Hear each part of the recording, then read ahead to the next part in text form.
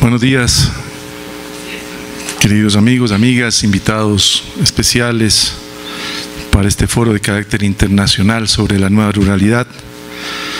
Un saludo especial a nuestro buen amigo Patricio Vidia, concejal del área rural del Distrito Metropolitano, igualmente a los presidentes y presidentas de las juntas parroquiales y sus vocales, a los dirigentes de diferentes organizaciones que se encuentran presentes, a nuestro director ejecutivo de CIFAL, a Pablo Ponce, bueno, a la familia Ponce, a Cecilia Octavio. No tiene ninguna relación, les cuento, aunque parezca mentira. A Edwin Miño, a Octavio Ponce, nuestro delegado, nuestro secretario ejecutivo de AME, a Pablo Jaramillo, representante de Jonajupare, a todos ustedes, gracias por este interés. Esta mañana hablaba con un buen amigo asambleísta y mencionábamos el tema de la ruralidad. Me preguntaba sobre el evento y discutíamos sobre el tema de la ruralidad, y aún desde el mismo concepto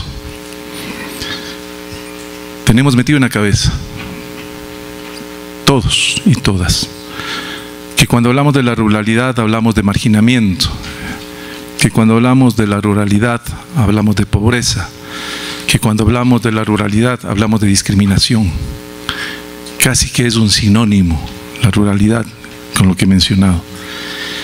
Y creo que nuestro deber, cuando hablamos de la nueva ruralidad, empezar a cambiar también esa visión. Creo que es absolutamente diferente a hablar del sector productivo agrícola, hablar del sector productivo agropecuario, hablar del sector productivo desde la agroindustria. Lo mismo pasa cuando hablamos del cambio climático. ¿Cuál cambio climático? Los cambios son para bien o para mal. No hay cambio climático, hay deterioro climático para mal.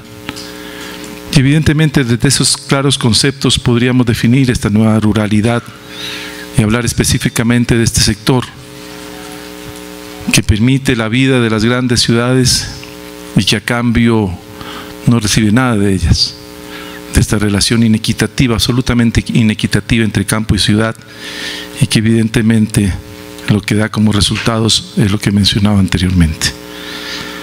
Empiezo señalando lo que menciona nuestra Constitución. La Constitución política del Ecuador plantea visiones alternativas de desarrollo, no vinculadas solamente y exclusivamente al progreso y el crecimiento, sino prioritariamente al mejoramiento de la calidad de vida, al suma causa y al buen vivir, concepto marcado por la cultura andina que se basa en una concepción humanista del desarrollo y en las relaciones armoniosas con la naturaleza. En este contexto, entender el desarrollo rural vinculado al buen vivir es el reto para los gobiernos locales y fundamentalmente para los gobiernos autónomos descentralizados provinciales, pues las competencias y funciones de este nivel de gobierno apuntan a ver y entender el espacio provincial de una manera integral, lo que implica comprender los vínculos entre este mundo urbano y rural, que la ruralidad es diversa, que en ella se conjugan relaciones e interrelaciones entre estructuras capitalistas, patronales, campesinas, familiares, artesanales, que hay procesos de urbanización de medianos y pequeños centros poblados, desarrollo de tecnologías intensivas y otras carentes de tecnología, transformación de la estructura del mercado laboral y procesos de migración campo-ciudad. Lo rural no es un espacio aislado y caracterizado por la producción primaria, sino un espacio articulado e integrado en el cual se intercalan actividades del sistema económico productivo primario, secundario y del tercer sector también, que se vinculan con lo urbano y lo global, y en el cual se generan desequilibrios por el acceso a los recursos, principalmente del agua, de la tierra, muchas veces con un manejo inadecuado e insostenible. En este marco, el reto de lo público es diseñar e implementar políticas diferenciadas por sector y para cada territorio, desde la visión de la gente, generando la participación activa de ella para lograr que la realidad del territorio sea tomada en cuenta. que se permitan los equilibrios que apunten al buen vivir rural, lo que implica la erradicación de la pobreza y evidentemente la garantía de los derechos de sus habitantes. ¿Cuál es la caracterización de este sector? Aquí obviamente lo que mencionaba Edwin, la carencia de una información real, pero vamos a acudir a las fuentes que hemos tenido a la mano. Y hablamos de que 7 de cada 10 personas residen en los centros urbanos y 3 en localidades rurales. Entre el 2001 y el 2010, el porcentaje urbano pasó del 63% al 70.5%. Es evidente entonces esta disminución de población en el sector rural, pero que igual tiene una enorme trascendencia para la economía nacional al albergar el 30% de la población nacional. El desempleo en el Ecuador en el 2015, marzo del 2015, de acuerdo al Instituto Nacional de Censos y Estadísticas, se ubicó en el 4.85% y en el área rural en el 3.35%. El subempleo y la ocupación plena no tuvieron variaciones estadísticas significativas. Llegaron al 44.25% en las ciudades y al 49.8% a nivel rural. La pobreza por ingresos a escala urbana llegó al 16.75% frente al 17.74% del marzo del 2013. Es decir, seguimos variando los índices de pobreza en beneficio de nuestra población. La línea de pobreza para marzo se estableció en $2.63 diarios por per cápita.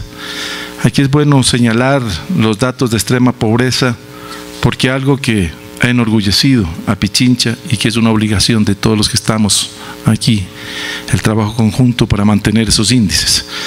La pobreza extrema alcanzó el 3.87 en comparación al 4.39 del año anterior.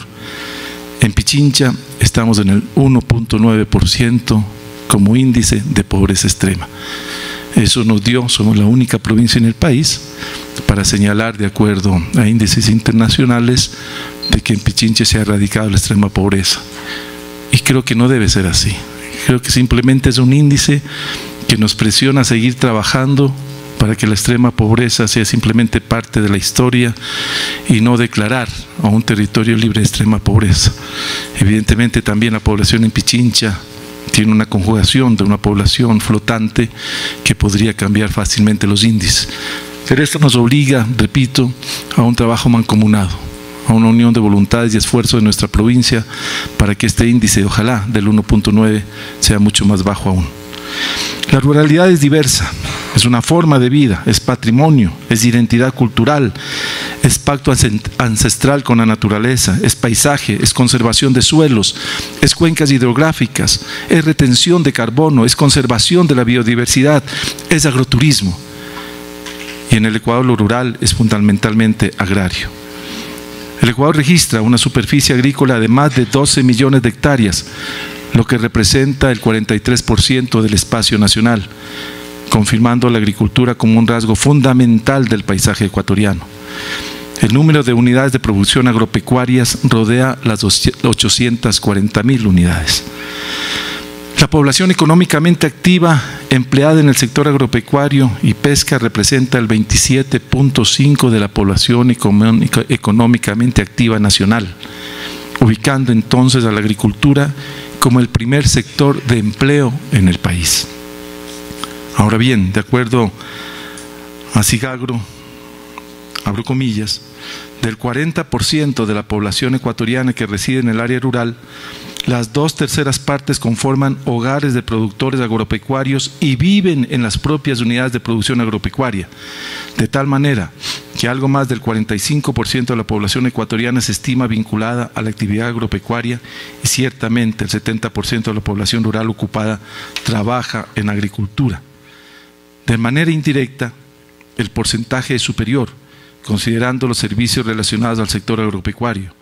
Las labores que cumplen las mujeres en las huertas familiares todavía no son contabilizadas en este indicador porque se definen como amas de casa, cierro comillas. Obviamente en este momento la situación es diferente. Ya hay una categorización de parte del Instituto Nacional de Censos y Estadísticas. Ahora las amas de casa y aquellas campesinas e indígenas que trabajan en sus huertas familiares, adicionalmente, a tener la crianza de animales menores, adicionalmente a la siembra y a la cosecha, adicionalmente a la crianza de sus hijos, adicionalmente a la garantía del bienestar familiar. Ellas ahora son parte de la categorización y entran al rubro de empleo sin remuneración. Ahora el trabajo de la valoración de este empleo sin remuneración, y evidentemente hemos dado pasos en firme a través de la creación de la ley que permita el beneficio de la seguridad social para todas ellas, para todas las amas de casa, cuyo valor no ha sido puesto en cantidades, pero que evidentemente garantizan con un aporte de cerca del 15% del Producto Interno Bruto. El sector agropecuario en economía nacional representa un promedio del 9% del Producto Interno Bruto total y el 15.46% del Producto Interno Bruto no petrolero. Señalar que históricamente la estructura agraria del Ecuador fue de gran latifundio y a pesar del proceso llamado de reforma agraria en décadas pasadas, se mantiene la concentración de la tierra en pocas manos, en particular las de mejor calidad y ubicación. El 75% de las UPAs de estas unidades de producción agrícola agropecuaria de menos de 10 hectáreas solo acceden al 11.84% de la superficie explotada y al 25.69% de la superficie de bajo riego. Las fincas de más de 100 hectáreas representan apenas el 2.3% de estas unidades de producción agrícola y acaparan cerca del 43% de las tierras y el 41% del riego. Solo el 6%, el 7% de las UPAs reciben asistencia técnica y solo el 7% de las UPAs tienen acceso al crédito. Esa es la realidad de las unidades de producción agrícola. Evidentemente la necesidad de la aplicación de la ley de tierra se vuelve importante y profundamente necesaria. Ahí, en la ley de tierras, uno de sus articulados señala sobre la necesidad de que las tierras no cultivadas, las tierras no productivas, pasen a ser compradas por el Estado y a ser parte del fondo de tierras y podamos cumplir con la consigna de que la tierra debe ser para el que la trabaja. La desigualdad en términos de acceso a la tierra prácticamente no ha variado a pesar del proceso mal llamado de reforma agraria. En la actualidad existe un proceso de reconcentración de la tierra, la exclusión de la población campesina de sus territorios. Empezamos a vivir en Pichincha ese tema, con el canal de riego Cayambe-Pedro Moncayo. Hemos hecho pactos con nuestros compañeros dirigentes indígenas para que por ningún motivo nuestros campesinos y nuestros indígenas vendan la tierra. Evidentemente, cuando hablas tú del canal de riego, estás hablando de mejoramiento de la productividad y mejoramiento de los ingresos.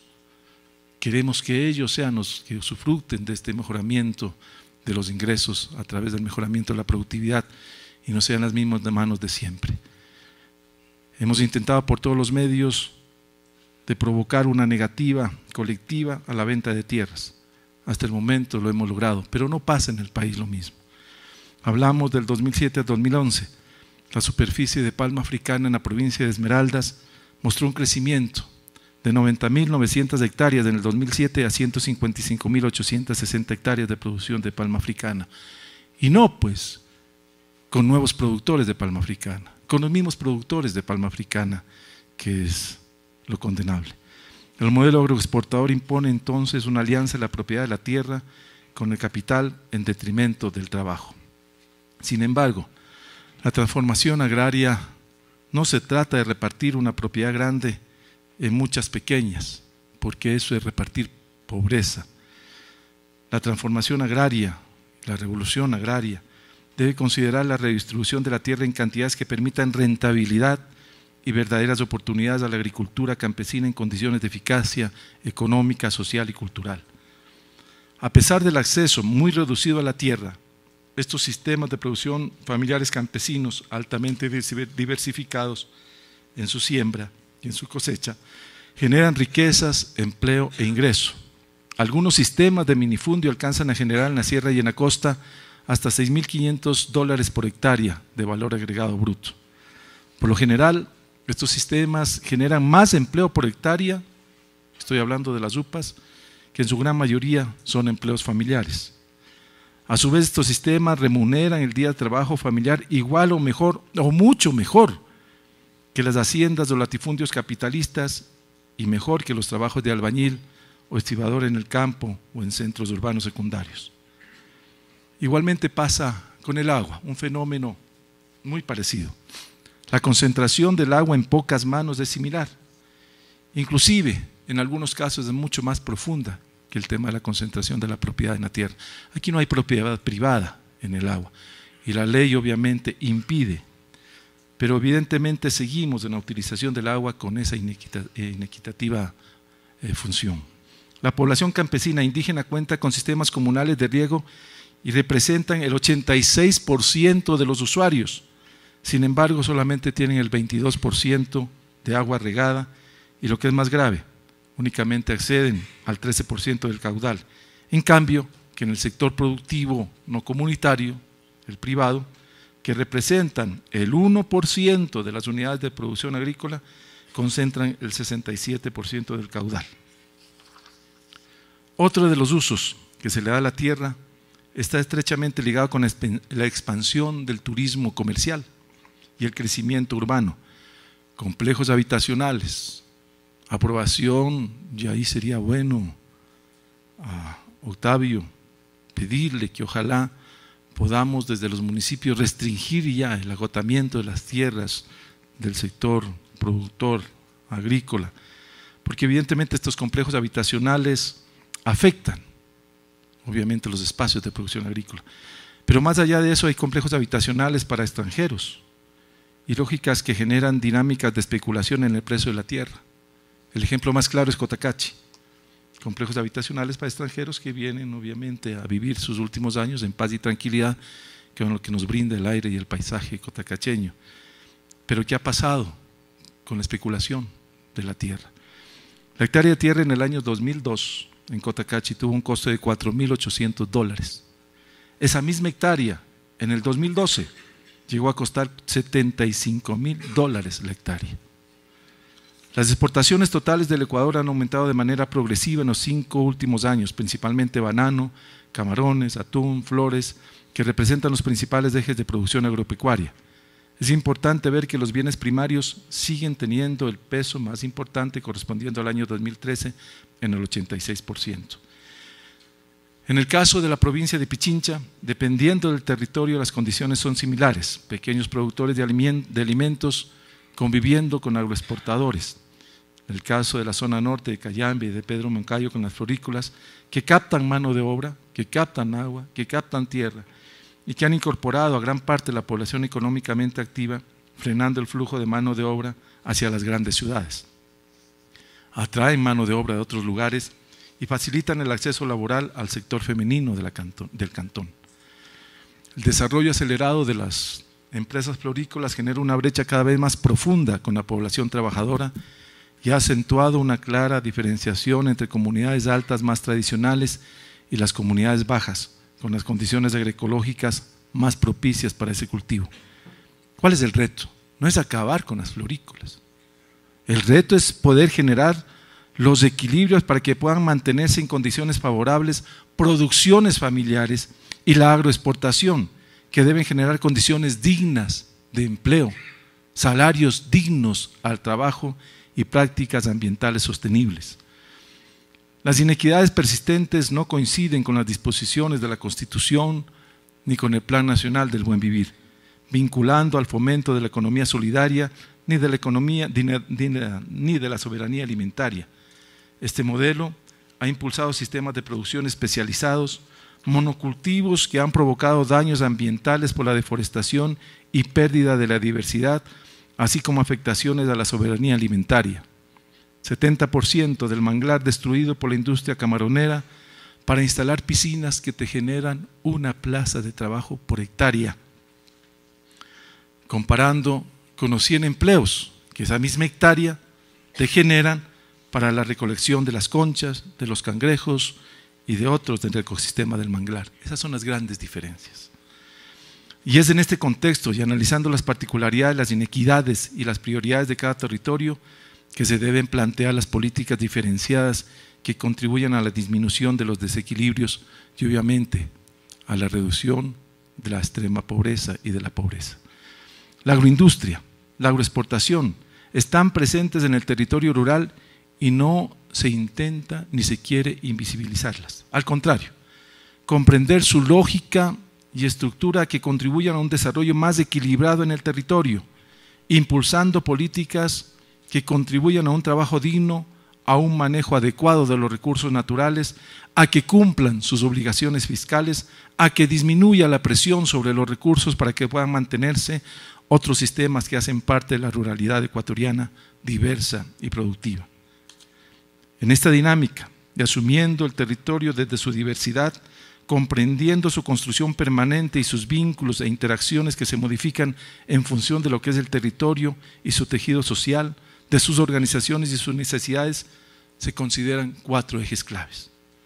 Desde lo político, el planteamiento de la democratización plena de la sociedad, entendida esta no simplemente como el origen legítimo y legal del gobierno en función, producto de las elecciones libres y voluntarias, sino de la extensión de la democracia integral, la democracia en las escuelas, la democracia en la familia, la democracia en las empresas, la democracia como un principio vital y fundamental de la sociedad.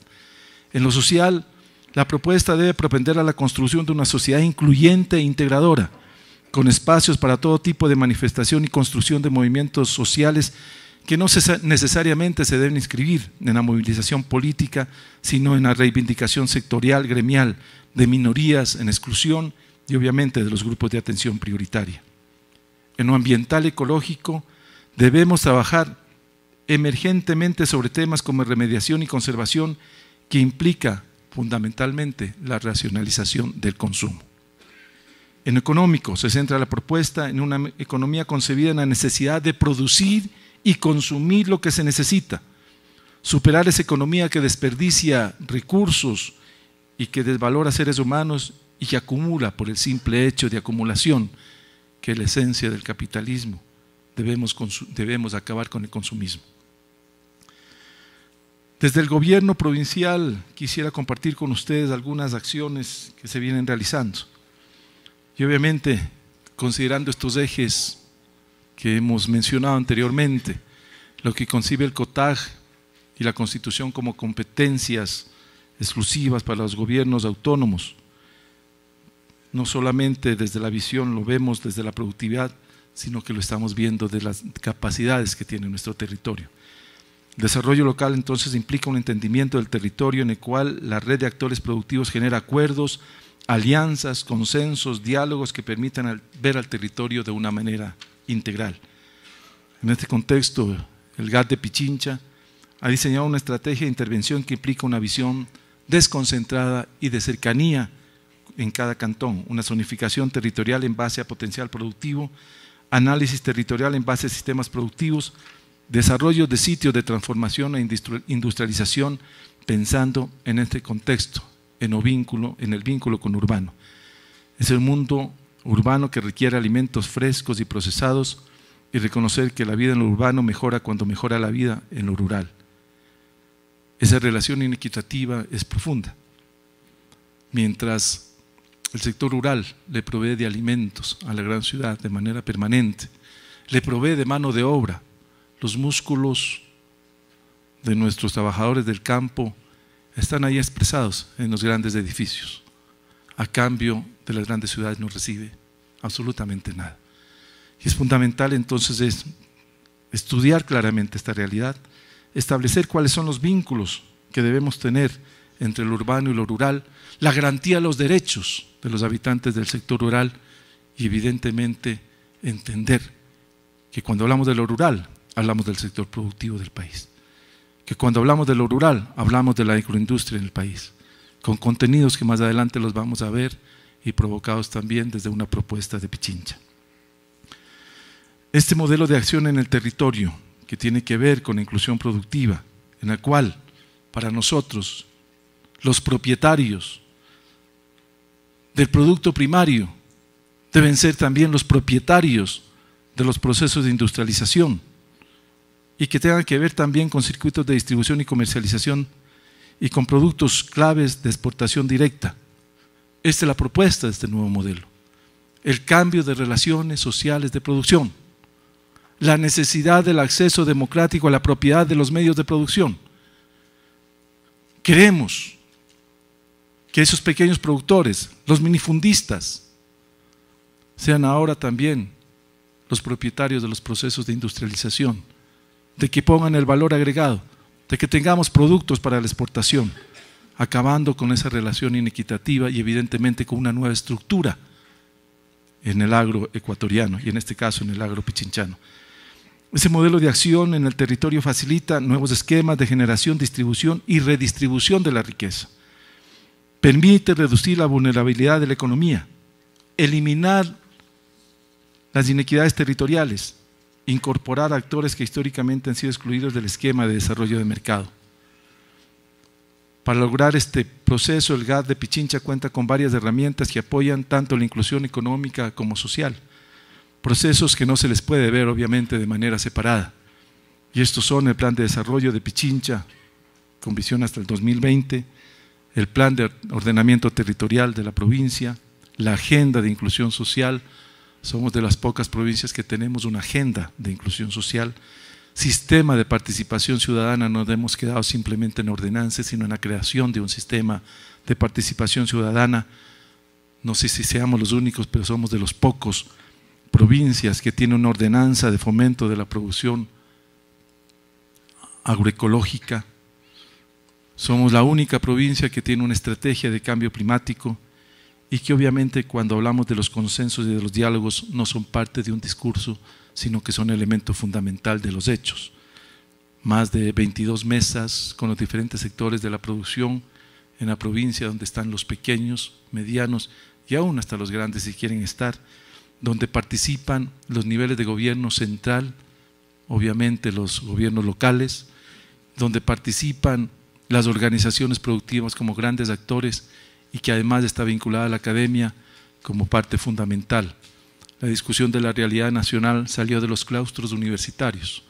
La discusión de la realidad nacional ahora se hace en las mesas productivas, en este caso de la discusión de Pichincha. Las universidades se han conjugado en este proceso y las universidades ahora asumen también sus compromisos a través del aporte. En pocas semanas estaremos, no sé cuál es la universidad, si alguno hay de apoyo a la producción del gobierno de la provincia me puede corregir, creo que es la Escuela Politécnica, nos estará entregando una secadora de café con la visión de una tecnología actualizada y como aporte de la academia al desarrollo productivo de la provincia. Y obviamente nuestro plan provincial de riego que prioriza a los pequeños productores antes que las grandes producciones. Para el fomento productivo, el GAD de Pichincha cuenta con 6 políticas y 20 proyectos en marcha que apuntan a generar equilibrios territoriales, políticas de fomento que impulsan la producción de alimentos para la soberanía alimentaria, el desarrollo de empresas campesinas, a mejorar las relaciones urbano-rurales en perspectiva de consumo responsable y un cambio de matriz productiva que no considera solo el capital, sino evidentemente el trabajo. A través de la Dirección de Economía Solidaria, se diseñó conjuntamente con las organizaciones de productores una ordenanza que busca fomentar la agroecología, impulsar el sistema de producción de diversificados que valoricen la biodiversidad, incorporen además los saberes ancestrales para garantizar la soberanía alimentaria. Se ha realizado entonces en este proceso formación de promotores, dotación de incentivos e insumos, roturación de suelos, mecanización, equipamiento y dotación de insumos agrícolas, apoyo a sistemas de certificación en la producción agropecuaria y la implementación de una fábrica provincial de bioinsumos. Hemos hecho igual fomento a la ganadería sostenible para el impulso de productores rentables y sostenibles que permitan incrementar los ingresos de las familias campesinas. Aquí juega un papel fundamental nuestras clínicas veterinarias. Están allá en el territorio, están allá con nuestro producto agropecuario, están allá haciendo las visitas permanentes, están vacunando, están atendiendo. Tenemos boticas o establecimientos de insumos para la salud de los animales en nuestra provincia de Pichincha.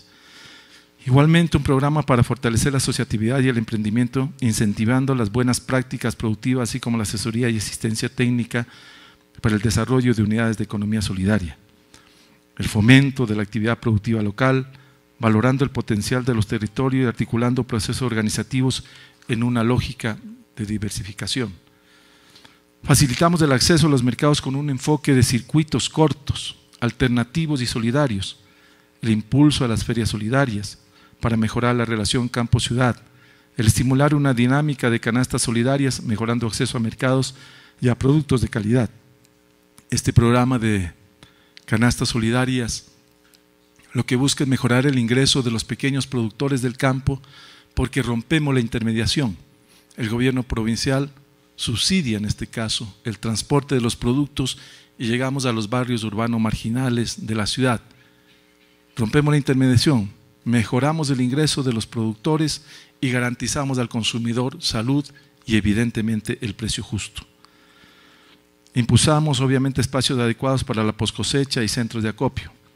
Dinamizar la economía territorial fortaleciendo sistemas alternativos de ahorro y crédito, lo que implica capacitación, asistencia técnica para la constitución de cajas de ahorro y seguimiento financiero de las cajas constituidas para la realización del balance social.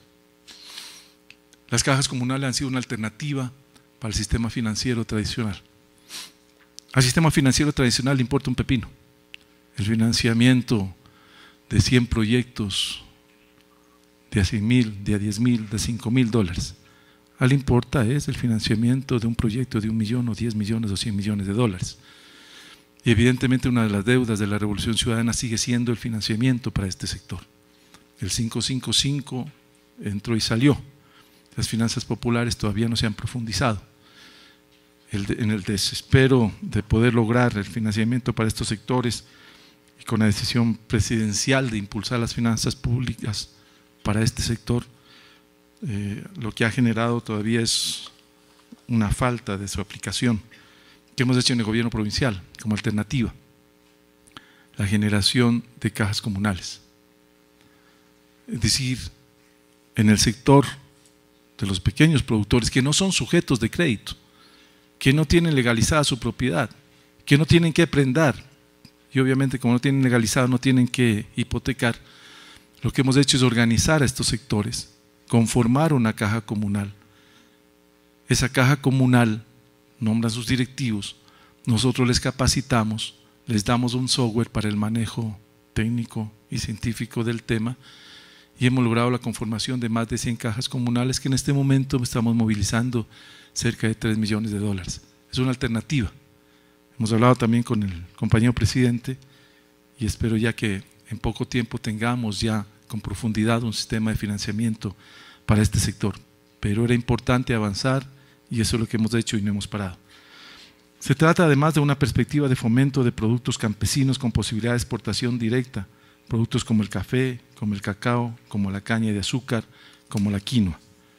Se cuenta con estrategia del famoso cambio climático que mencionábamos que debería ser deterioro climático, que afecta a la producción y a las formas de producir, para los cuales se han realizado las siguientes acciones. Un sistema provincial de información climática que incluye 8 estaciones meteorológicas, la implementación de medidas de adaptación como la instalación de reservorios.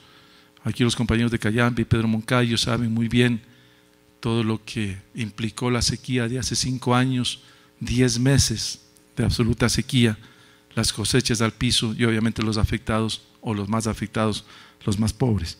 Y vimos como una necesidad la creación, la construcción de reservorios parcelarios y reservorios comunitarios que nos permitió salir del problema, pero que ahora son parte de la política de riego.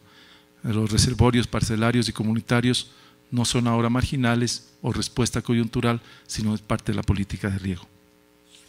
Así se han hecho también igualmente campañas permanentes de forestación, de reforestación y revegetación y recuperación. Volveremos a hablar con nuestro ministro de Educación para que la reforestación sea parte de las notas de los muchachos que salen del bachillerato, de la nota final. Hay ejemplos hermosos como Puellaro, donde el Colegio Nacional Puellaro hace esta acción de forestación y reforestación y los jóvenes de quinto y sexto, su obligación es cuidar los árboles sembrados. Es más, muchos de ellos tienen hasta su nombre en la siembra del árbol y evidentemente los que vienen detrás, su obligación es sembrar más y cuidar los otros, hasta que tengan ya la edad de los árboles de poder seguir sin el cuidado. Creo que esto es fundamental hacerlo con todas las parroquias. Nuevamente hablaremos, repito, con el ministro de Educación para que sea parte de la nota final del curso y tener a todos nuestros jóvenes en las parroquias rurales de nuestra provincia como actores principales de esta relación de comunión con la naturaleza. En el eje social contamos con una agenda de inclusión social con 31 políticas y 17 programas en marcha dirigidos a los grupos de atención prioritaria en una mirada de dignificación de la población. ¿Qué tenemos? Programas de salud preventiva, los programas de la prevención del cáncer de mama, los programas de salud dental para todos los niños y niñas de las escuelas fiscales de la provincia, los programas de operación gratuita de icterigios y de cataratas, obviamente para los más pobres de la provincia. Tenemos igualmente programas de incentivo en la práctica de deportes a través del apoyo a las escuelas deportivas, 138 escuelas deportivas en la provincia. La inclusión digital como implementación de infocentros, porque entendemos que este es un derecho nuevo, el derecho a la tecnología de parte del pueblo pichinchano. Esta implementación de infocentros en cada parroquia para garantizar el acceso a nuevas tecnologías y evidentemente al conocimiento, eso es lo que nos interesa. Programas para jóvenes orientados a la inclusión social y económica, así como a la generación y fortalecimiento de sus liderazgos. El programa de erradicación del trabajo infantil, que es una estrategia integral que busca la acogida de los niños y niñas en los espacios para acompañamiento psicológico, trabajo social e inclusión escolar, la atención a la familia que busca las posibilidades para la inclusión económica del adulto. Hemos logrado, en conjunto con el municipio de Puerto Quito y en acción con una ONG, la erradicación del trabajo infantil ya en Puerto Quito. Esperemos lograr igualmente en el resto de cantones que estamos trabajando en este programa para tener un territorio libre de trabajo infantil. Una propuesta integral para atender a personas en situación de movilidad humana, de retorno, tráfico, tránsito, que requieren un tratamiento especial y adecuado para insertarse y reinsertarse adecuadamente en nuestra sociedad. Aquí no solamente este programa es de beneficio para nuestros migrantes, para aquellos que están volviendo al país, muchos de ellos en peores condiciones de las que se fueron, sino también para todos los hombres y mujeres en el tema de movilidad humana. Ahí se les da atención y apoyo con todos nuestros programas a colombianos, a haitianos, a cubanos, a africanos que llegan al país engañados, que supuestamente es simplemente un eslabón para llegar al imperio, y que evidentemente estos colleteros que no deberían haber nacido, los dejan aquí, en absoluta indigencia, pobreza, sin vínculos, ni siquiera con la facilidad del idioma, y que evidentemente nosotros con este programa les hemos dado la atención que necesitan. Estas son las principales acciones del GAD de Pichincha, sin contar con los esfuerzos para mejorar, obviamente, las competencias exclusivas que nos da la Constitución y el GAD, y que lo asumimos también con absoluta responsabilidad. Queremos, compañeros, a manera de conclusiones, compartir con ustedes las siguientes. La primera tiene que ver con el cambio de la visión que tenemos de desarrollo, que sea una visión integral de trabajo y articulación desde lo territorial, con políticas y programas adaptados a las necesidades de cada territorio, que den prioridad al buen vivir y a la erradicación de la pobreza. Como segunda, que es necesario discutir y definir la estructura de la propiedad. Hoy el Estado y el sector público ayudan a este proceso profundo de cambio, pero es necesario generar propuestas claras sobre la tenencia y concentración de la propiedad de la tierra. Como tercero, es necesaria una transformación agraria integral, como lo mencionábamos anteriormente, de acuerdo a la ley de tierras, las improductivas, y les dan un plazo, y si en ese plazo no se cumple con lo que debería cumplir la labor de la tierra y en función social, el Estado está en la obligación de comprar y pasar al fondo de tierras y distribuirla y repartir la tierra para el que la trabaja. El Estado apoya la superación de la brecha tecnológica entre grandes productores y pequeños productores, que la tecnología tenga un uso común y visión de desarrollo y no un nuevo negocio oligárquico. Como cuarto, en un reto, el fortalecimiento de la agricultura familiar campesina, generadora de la soberanía alimentaria de empleo y que mantenga la agrodiversidad. Crear igualmente un capital societario para que los ciudadanos sean dueños de las empresas. Y hablo de aquellos, de los ciudadanos de a pie. Y hablo de aquellos que no tienen apellidos aristócratas, pero que son lo fundamental de la tierra, de esta tierra pichinchana. Construir con ello entonces una sociedad de propietarios y productores, no solo de consumidores. Como otro punto, que es necesaria la asistencia técnica para la producción rural. Los saberes ancestrales nos ayudan en la relación permanente con la naturaleza. Que debemos decidir sobre las tecnologías apropiadas para nuestros territorios. La ruralidad es rica en diversidad y estos procesos productivos deben adaptarse a cada circunscripción. Que tenemos que tratar el tema del financiamiento. Como anécdota, recuerdo que recién llegado al país, trabajaba en una empresa y estábamos estableciendo los sistemas de crédito.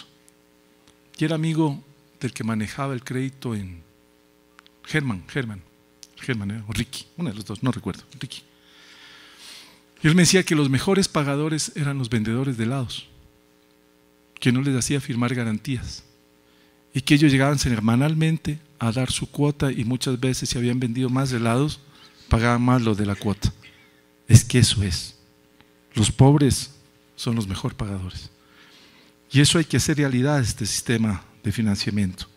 Canalizar los recursos que vayan directamente a este emprendedor solidario. No tiene acceso al sistema tradicional financiero. Las cooperativas de ahorro y crédito se han dedicado al consumo, al crédito del consumo y al crédito comercial. Su única posibilidad es el chulco. Y evidentemente su rentabilidad es mínima frente al hecho de acudir al chulco. Pero le pagan al chulco. Y están cada día en peores condiciones de vida. Por eso es fundamental este sistema de crédito. Nosotros seguiremos fortaleciendo este sistema alternativo hasta que nuestro gobierno genere claramente esta política de financiamiento para este sector. Que debemos trabajar en la comercialización solidaria, el comercio justo. En Quito el 20% aproximadamente de los productos que llegan al mercado se pierden no solamente en el consumo, se pierden en la transportación y evidentemente afectando la cantidad y la calidad de los productos. La producción agroecológica que impulsamos es una oportunidad, pero obviamente las grandes transnacionales han difundido la falacia de que los productos orgánicos son caros y de bajo rendimiento, argumentos que son falsos y que además no consideran el uso de la energía no renovable de la agricultura industrial y evidentemente su falta de sostenibilidad. Las ferias inclusivas deben tener un porcentaje mínimo a ser cumplido por todos los niveles de gobierno. Es una propuesta que ya la elevamos y que esperemos sea considerada en cuenta. Cumplidos por todos los niveles de gobierno, se debe facilitar la tramitación de compras públicas para los actores de la economía popular y solidaria. Hoy estamos con un nuevo director del Instituto de Compras Públicas. Se la vamos a llevar a Santiago, la propuesta, ojalá nos pongamos de acuerdo aquí para llevarle a Santiago la propuesta de que Compras Públicas provoque un porcentaje mínimo de este sector para ser cumplido por todos los niveles de gobierno. Y por último, la construcción de esta alternativa al sistema vigente implica la construcción de nuevas relaciones sociales de producción, de nuevas relaciones entre lo urbano y lo rural. Hablar de la ruralidad es hablar del país. Hablar de la nueva ruralidad es hablar de la nueva estructura del agro y por lo tanto es hablar de la nueva estructura del país. Gracias, amigos y amigas.